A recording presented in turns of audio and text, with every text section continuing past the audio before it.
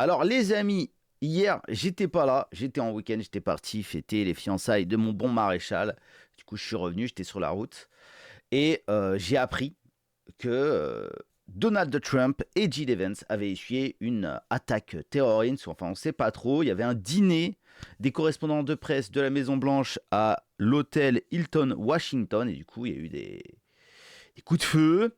Jill Evans et Donald Trump ont été évacués par une nuée de gardes du corps et aujourd'hui on sait exactement ce qui s'est passé et du coup on va revenir là-dessus et il y a une espèce de théorie complotiste complètement folle, délirante qui entoure ce qui s'est passé. On va regarder tout ça parce que des fois mal complot teams, franchement je trouve ça rigolo et là il se passe un truc quand même. Tu seras jamais assez bien, ici pas de place pour toi, white nigga, stupid white trash. Ce qu'on veut c'est du 80 et du rock faf. On en a rien à foutre que tu rappes sale. Et ça se dit patriote, quelle misère. Moi j'écoute que du rock, alors, c'est pas des cris. On va d'abord lire ce qui s'est passé, on va ensuite regarder l'évacuation de Trump et Jill Evans. Alors, il y avait un dîner des correspondants de la presse, ça je vous l'ai déjà dit, de la Maison Blanche à l'hôtel Hilton Washington. Et pour la première fois, Trump, qui, enfin on le sait tous, est plutôt hostile à la presse mainstream, ok, allait y participer. Après la présentation initiale de Trump et Melania, des coups de feu ont été entendus. Les tirs ont été effectués dans le hall de l'hôtel. Le tireur n'a pas réussi à entrer dans la salle où se déroulait l'événement. Quoi qu'il en soit, le service secret a agi et a retiré le président de la pièce. Les autres autorités et le personnel de la presse ont également été protégés et beaucoup se sont jetés au sol sur instruction pour se protéger. Il n'y a pas eu de victimes, autant que l'on sache. Mais je ne sais pas si le tireur il a été abattu ou pas. Les informations sur le tireur à ce moment sont floues. Certains disent qu'il a été éliminé par la sécurité, il a essayé d'entrer avec une arme et a reçu 4 balles. Il ne doit pas être en bonne forme. Les coups de feu entendus auraient été tirés par les agents de sécurité. D'autres disent cependant que le suspect a été appréhendé. Peut-être y a-t-il plus d'un suspect. Les informations ne sont pas encore claires. On a conseillé à Trump d'annuler le dîner, mais il a décidé de continuer. L'animatrice annonce que le dîner va se poursuivre et qu'ils attendent simplement le feu vert du service secret. Tout le monde va bien, à l'exception du tireur. J'ai fait un live pour suivre l'événement. Bon, blablabla.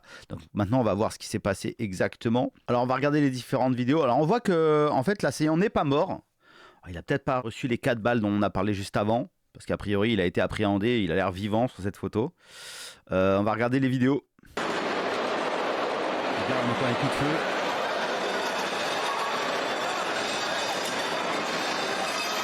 On voit que les gens commencent à se mettre à l'abri. Trump, il réagit pas du tout. Donc, il y a un homme qui se met devant lui. En bouclier.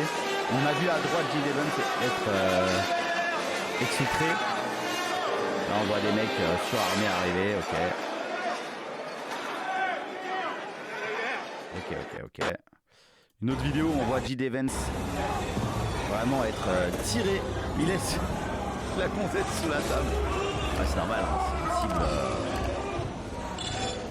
ultra prioritaire. Trump. On a vu que Trump est tombé. Alors, il y a des gens qui sont moqués de lui. Bon, c'est un vieux monsieur, Donald Trump. On voit qu'il est tombé, ok. Bon, il était protégé, c'est le plus important. Ok. Et on voit après, j'imagine l'hôtel Hilton avec plein de voitures de police qui l'encerclent.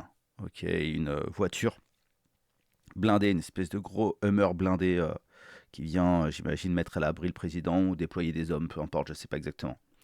Là, on voit une autre image de l'intérieur de la salle avec des journalistes, des agents qui passent. Et voilà, il y a eu quand même pas mal de boucans. Alors, qui est la personne qui a attaqué ? Alors, le tireur est un Afro-Américain, bon, je dirais métis, très très métis, qui s'était fait remarquer déjà en 2017. Il était passé sur ABC News parce qu'il avait inventé, c'était un ingénieur en mécanique et il avait inventé un appareillage pour les fauteuils roulants. Alors effectivement, a priori, il y a eu un pic de recherche 12 heures avant la tentative d'assassinat de Donald Trump. Il y a eu un pic de recherche sur Cole Allen, alors en Israël. Honnêtement, je ne sais pas à quoi ça correspond. Peut-être que vu qu'il est lié à Israël d'une façon ou d'une autre, les services de renseignement israéliens en fait l'ont spoté et ont commencé à faire des recherches sur lui. C'est très possible. Donc voilà, on a la théorie, c'est Israël qui fait une attaque sous faux drapeau. Je ne sais pas exactement pourquoi. Alors le manifeste complet du tireur de WHCD Cole Allen a été obtenu par le New York Post. Point clé. Un enseignant californien de 31 ans qui se décrivait comme moitié noir, moitié blanc, a envoyé le document de 1052 mots à sa famille 10 minutes avant l'attaque. Il a ciblé des responsables de l'administration Trump par rang en excluant explicitement Kash Patel, le directeur du FBI. Il a utilisé intentionnellement des plombs de chasse pour minimiser les victimes collatérales. Il a décrit la sécurité du Secret Service comme réellement sensée et a dit qu'il était entré avec plusieurs armes sans être détecté.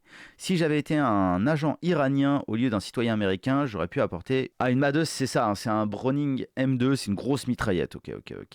J'aurais apporté une Madeuse ici et personne n'aurait rien remarqué, a conclu le manifeste. C'est affreux, j'ai envie de vomir, je ne peux vraiment pas le recommander. Restez à l'école, les enfants. Bonjour, j'ai peut-être surpris beaucoup de gens aujourd'hui. Permettez-moi de commencer par m'excuser auprès de tous ceux dont j'ai abusé de la confiance. Ok. Alors j'ai demandé à l'IA de résumer. En gros, c'est un mec qui dit que Trump et toute l'administration Trump sont des élites... Enfin, vous savez, Edo et tout le reste qui sont intouchables et qu'il faut bien que quelqu'un règle le problème parce que ce sont des ordures absolues, très manichéen dans sa façon de voir le monde. Et c'est très contradictoire ce qu'il dit, c'est-à-dire qu'il essaye de faire valoir qu'il va essayer de sauvegarder un maximum de vie en utilisant des munitions spéciales, mais qu'il est prêt quand même à battre des innocents pour compléter sa mission, qu'il est prêt à se sacrifier. Et du coup, je vous résume, sa motivation n'est pas rationnelle au sens sain du terme. Il repose sur une radicalisation idéologique, une justification morale de la violence et une logique de sacrifice personnel. C'est exactement le type de cocktail qu'on retrouve dans beaucoup de passages à l'acte violent. Donc ouais, en gros, c'est un mec qui a décidé d'en finir et d'en finir en héros, en fait. C'est un petit peu la même... souvent, les terroristes, effectivement, c'est un peu la même chose. Ces mecs désespérés qui veulent donner un sens à leur vie avant de mourir. Voilà, ils veulent pas partir tout seuls. Ok, bon, écoutez. En tout cas, il y a un truc qui est assez amusant, si on peut dire ça comme ça, c'est cette théorie du complot. On a un tweet de Henry Martinez qui date du 22 décembre 2023, qui dit Cole Allen. Et c'est le seul tweet de ce compte qui date du 22 décembre 2023, qui dit Cole Allen. C'est le nom du tireur. La PP... c'est-à-dire la photo de profil de ce compte Twitter, c'est un PP avec nœud papillon et du champagne, comme dans une soirée mondaine. Et on voit que Trump, ce soir-là, portait un nœud papillon. Bon, après, c'est un petit peu la tenue de soirée mondaine de base aux États-Unis. Et aussi, on voit que la bannière de ce compte, Henry Martinez, est une toile qui a été diffusée sur un compte qui s'appelle Time Machine. Je vous mène à un site web qui dit machine à remonter le temps. Donc je sais pas. Honnêtement, après, vous savez les gars, des fois il se passe des trucs inexplicables. Je pense pas qu'il y ait un mec qui soit revenu dans le temps. Peut-être qu'il y a un mec qui a trouvé un moyen de modifier les tweets longtemps après, je n'en sais rien. Mais ce qui est sûr, c'est que c'est quand même assez bluffant. Ce qui est sûr, c'est que ça entretient pas mal de théories du complot. Et on voit même que le tableau de la Time Machine, a priori, on peut le calquer parfaitement sur une version un petit peu modifiée de la photo du Trump avec le poing levé. Vous voyez là, il serait au milieu. Enfin bref, c'est... Voilà. Bon, après, quand on cherche, on trouve, les gars. Après, ça peut très bien être un troll de Elon Musk qui a fait créer ce compte et qui a sorti ce tweet antidaté pour troller, pour créer une... J'en sais rien, honnêtement, c'est un petit peu bizarre. Voilà, c'est un petit peu bizarre, mais voilà, on va rester sur le fait qu'il y a un tueur isolé qui a sûrement été détecté par Israël en amont, qui a essayé de se foutre en l'air en emmenant avec lui l'homme le plus puissant du monde. Enfin, en tout cas, un des hommes les plus puissants du monde, qu'il accole à plein de théories du complot bizarre, etc. C'est-à-dire qu'il y a du complot partout dans cette affaire. Allez, à plus tard tout le monde et faites attention à vous. Ciao.